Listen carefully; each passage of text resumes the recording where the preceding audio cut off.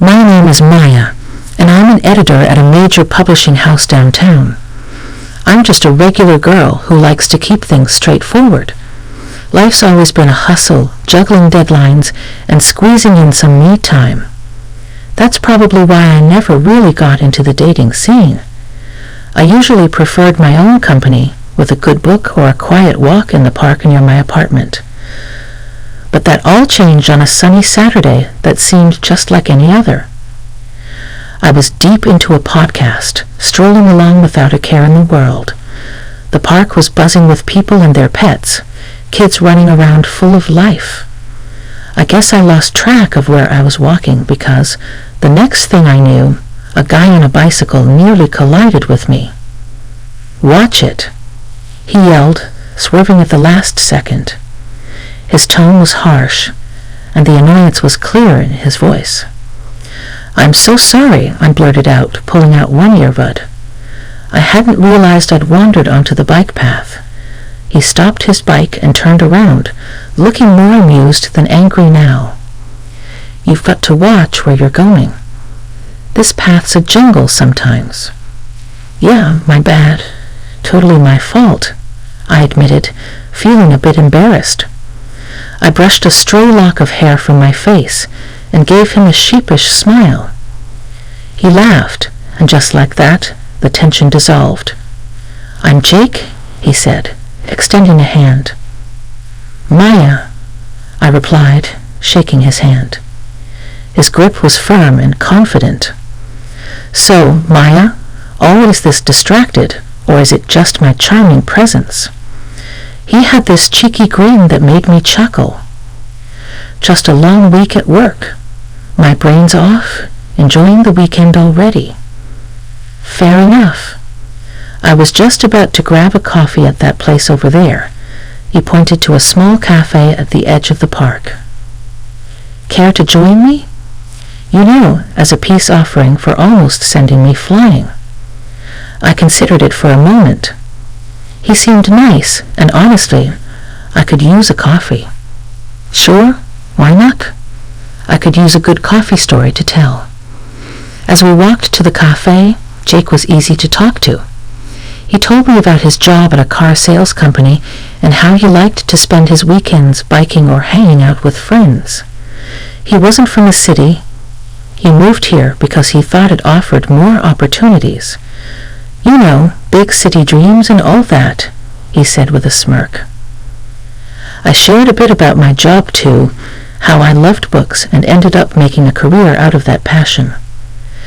"Beats being stuck in a cubicle doing something you hate," I added. We reached the cafe and ordered our coffees. While we waited, I couldn't help but notice how comfortable I felt around him.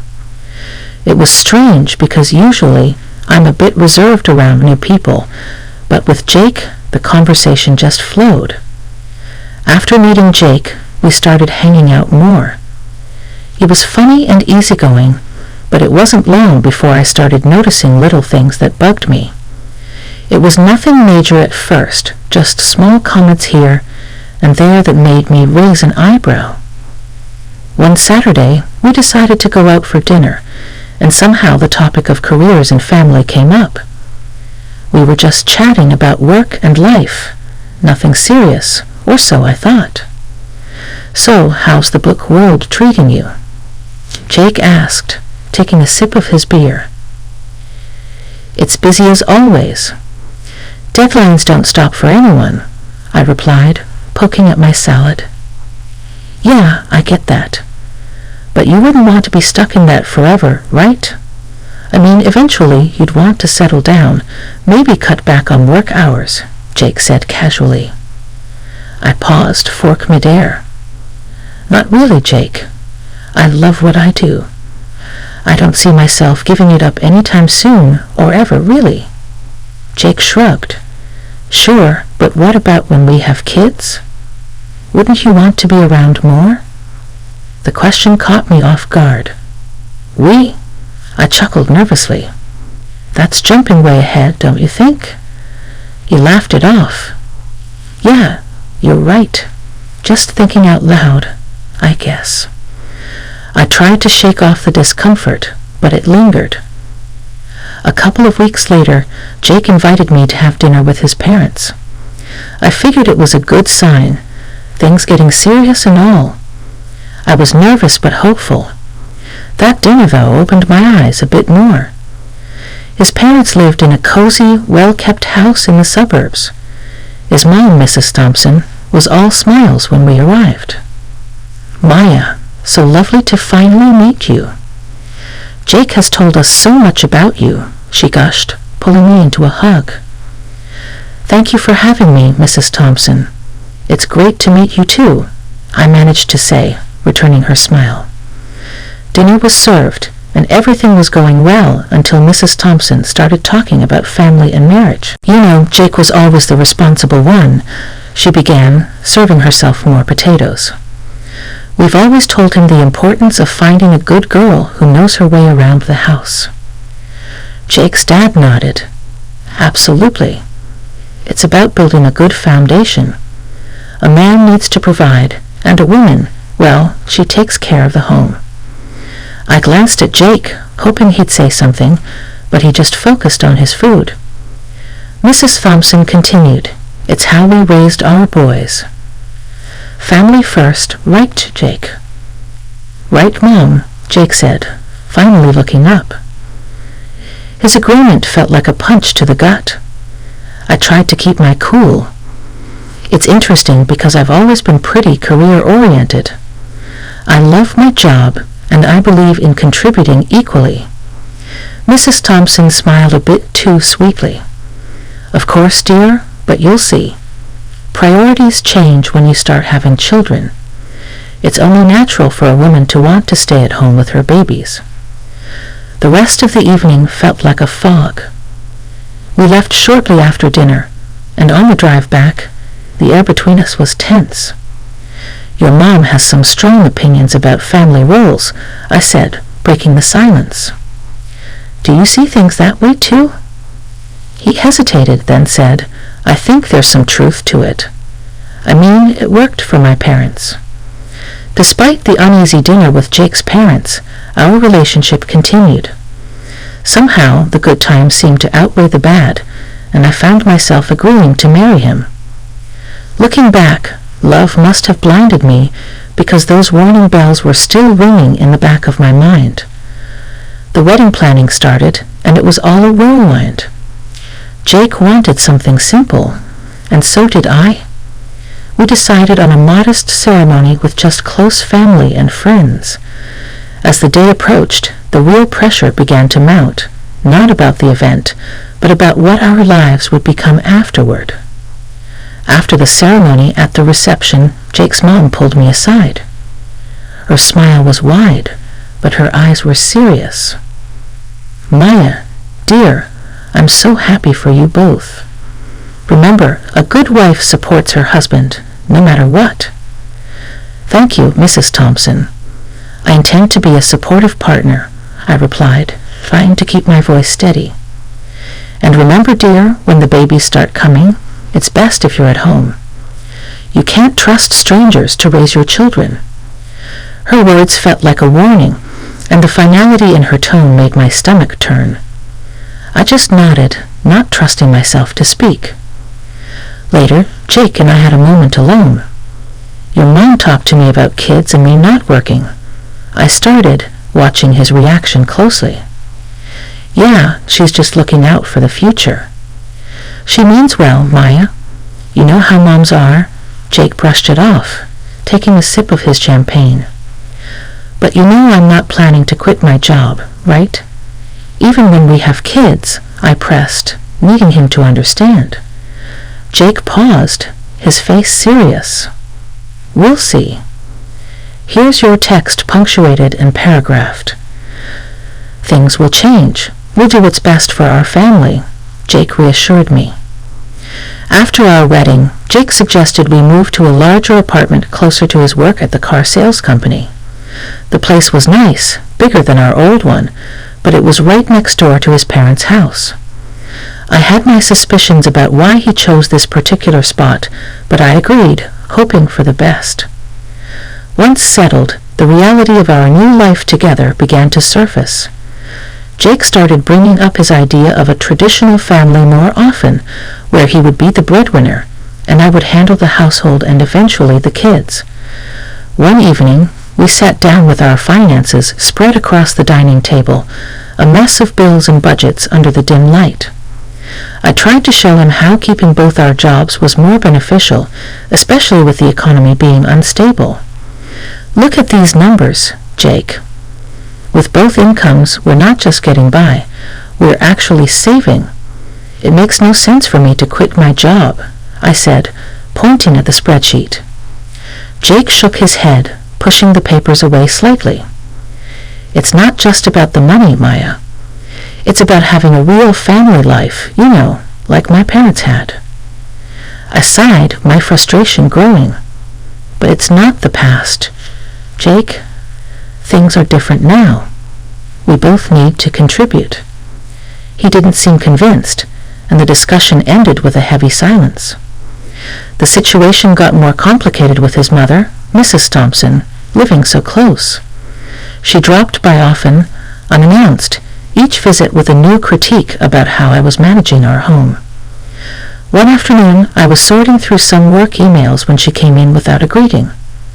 She started inspecting the house, wiping her finger along the bookshelf, looking for dust.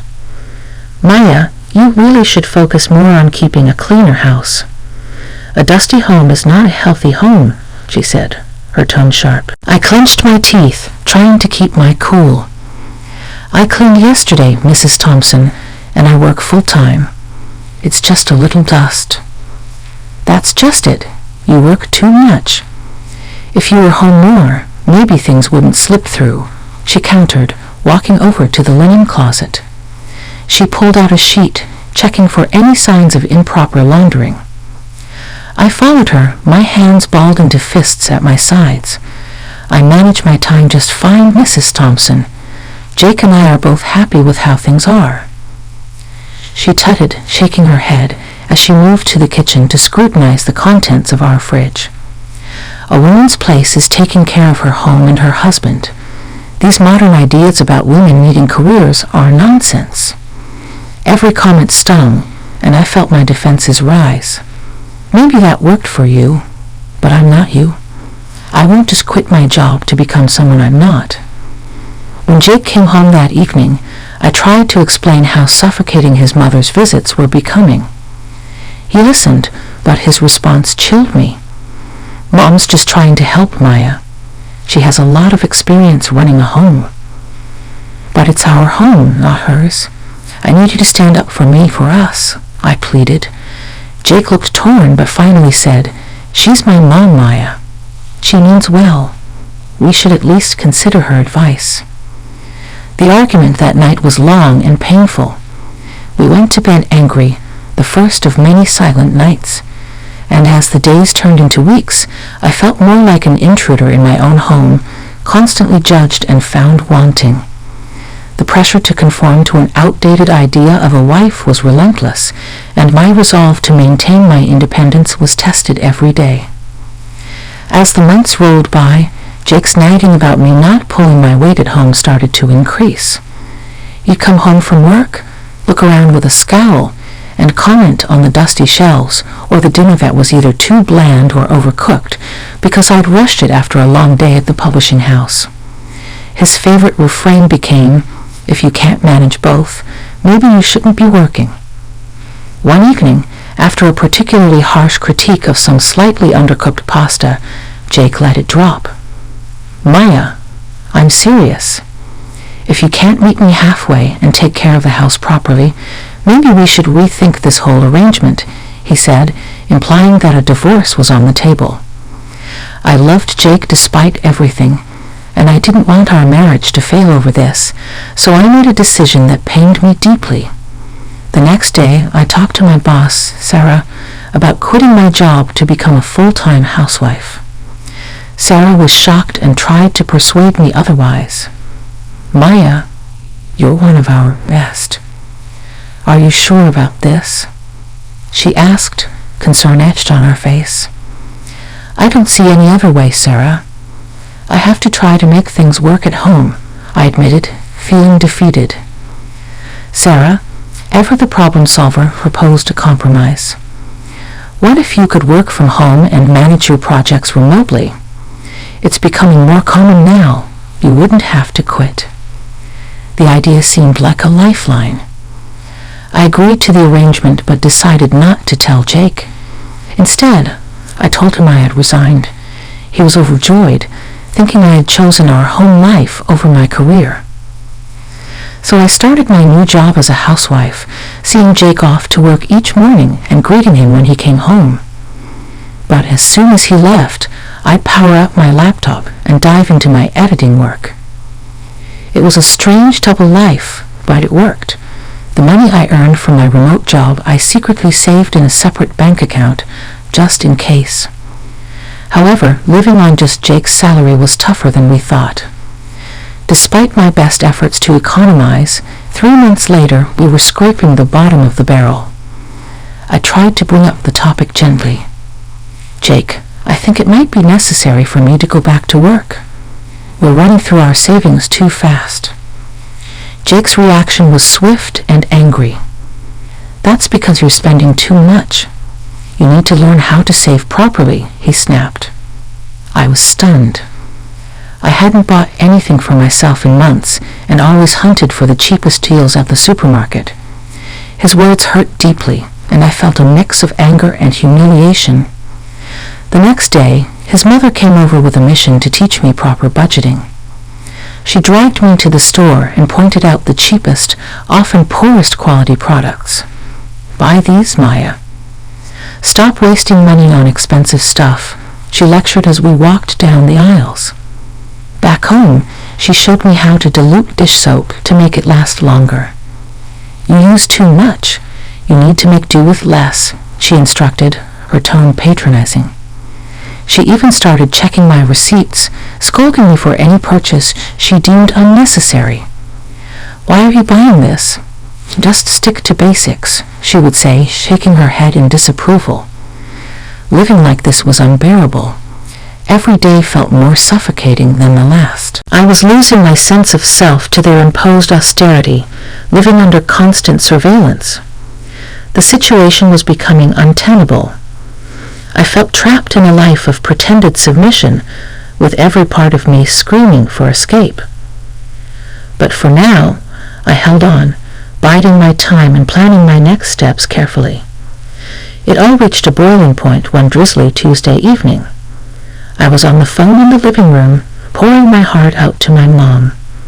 I just don't know how much more I can take, Mom. His mother is constantly over here, teaching me how to stretch $1 until it screams. I get it. We need to save, but this is too much. Mom's voice was a mix of concern and anger. Maya, that's not normal. You need to have a conversation with Jake about boundaries. It's your home too, not just his or his mother's playground. Just as I was nodding, feeling a bit strengthened by my mom's support, Jake stormed in from the other room, his face red with anger. He must have heard me complaining. He snatched the phone right out of my hand. A wife shouldn't be complaining about her husband and mother-in-law like some street gossip. He snapped into the phone before hanging up. I was shocked, my hand shaking slightly. Jake, you can't just grab my phone and talk to my mom like that. Oh, I can't. Maybe if you had some respect for us, I wouldn't have to, he retorted, his voice rising. I could see the veins in his neck bulging. Jake, listen to yourself. Can't you see this isn't healthy? I pleaded, hoping to reach some part of him that remembered what love felt like, but he was beyond reason.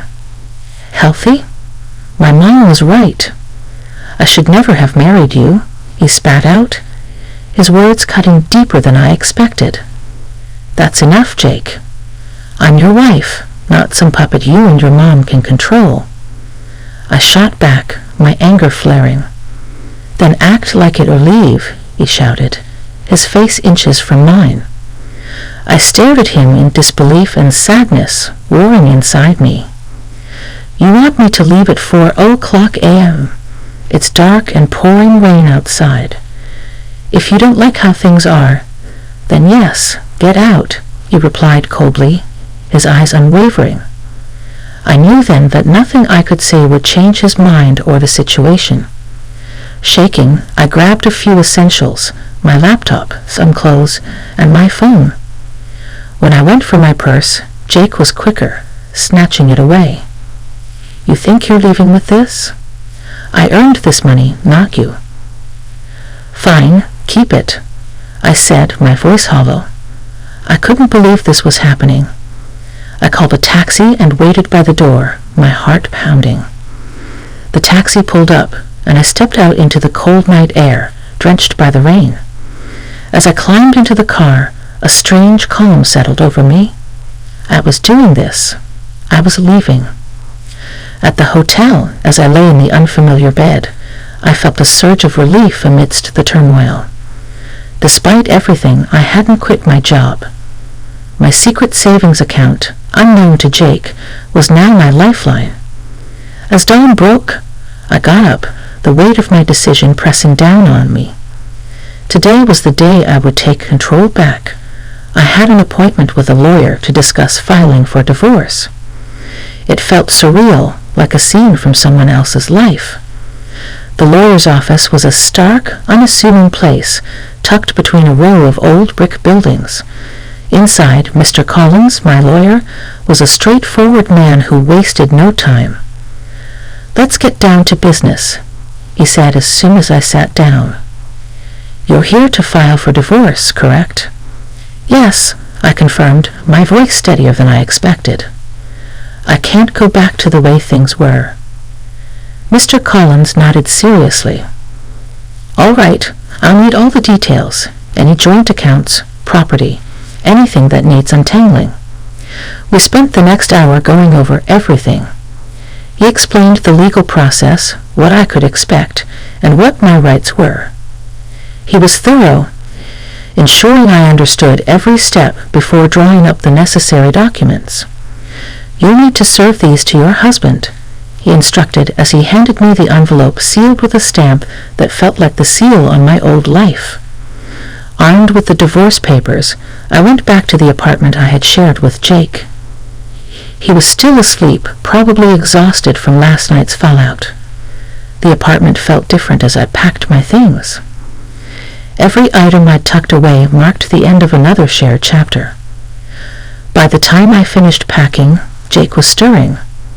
He wandered into the kitchen, bleary-eyed, and clearly confused to see my bags piled by the door. What's going on? He mumbled, scratching his head. I didn't have much to say, just actions to take. Instead of answering, I handed him the envelope. These are for you, I said, my voice void of the emotion I felt inside. Jake tore open the envelope, a frown forming as he scanned the contents. Divorce? He laughed, disbelief lacing his tone. You think you can just walk out and everything will be all right. He looked up from the papers, his eyes cold. Come back when you're ready to apologize, and maybe I'll consider taking you back. But remember, you'll have to listen to my mother from now on. The absurdity of his words almost made me laugh, but I held it back. I'm not coming back, Jake. I'm done. We're done. Walking out of that apartment, the air felt different, crisper, almost hopeful. I went straight to the new place I had rented days before. It was small but mine alone, a place where I could start rebuilding. Each step felt heavy but right. A few weeks after moving in, I was back at the office, fully immersing myself in the whirlwind of publishing deadlines and author meetings.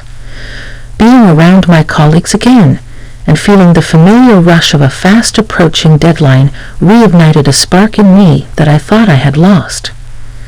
Days at the office blended into weeks, and before I knew it, I was back in my groove, managing manuscripts and deadlines with a new efficiency. The personal upheavals I'd faced had given me a fresh perspective, and I felt really good to be back. The familiar landscape of texts and typos was more comforting than I'd imagined it would be. During this time, I reconnected with old friends, people who knew me long before Jake. We met for drinks after work and shared meals on weekends. Slowly, I started to feel more like myself than I had in years. The laughter and light-hearted teasing grounded me, and in their company, I rediscovered parts of myself I'd forgotten. A few months into this new phase, I received an unexpected call from Jake. His voice was awkward and tinged with desperation. "Hey, it's Jake. I got laid off." "Things are pretty rough," he started, stumbling over his words. "I was thinking maybe you could help me out financially." His request hung in the air, audacious, and somewhat insulting given our history. "And maybe we could start over, rebuild. I mean, if you apologize to me and my mom and show some commitment here." His voice trailed off, hopeful yet uncertain. I couldn't help but laugh at the absurdity of his proposal. "Jake, you really think I'd come back to support you and your parents after you kicked me out? You're out of a job now, and suddenly all your high and mighty principles are gone." There was a pause. "So that's a no?" he asked, sounding smaller and deflated. "Jake, I'm doing really well, and honestly, I'm enjoying my freedom too much to give it up again. I hope you find your feet, but it won't be with me." My words were firm, sealing the end of our relationship. After hanging up, I felt a surge of empowerment. Jake's call, although ridiculous, had reaffirmed something vital for me. I was truly free now, and no offer or plea was going to change that.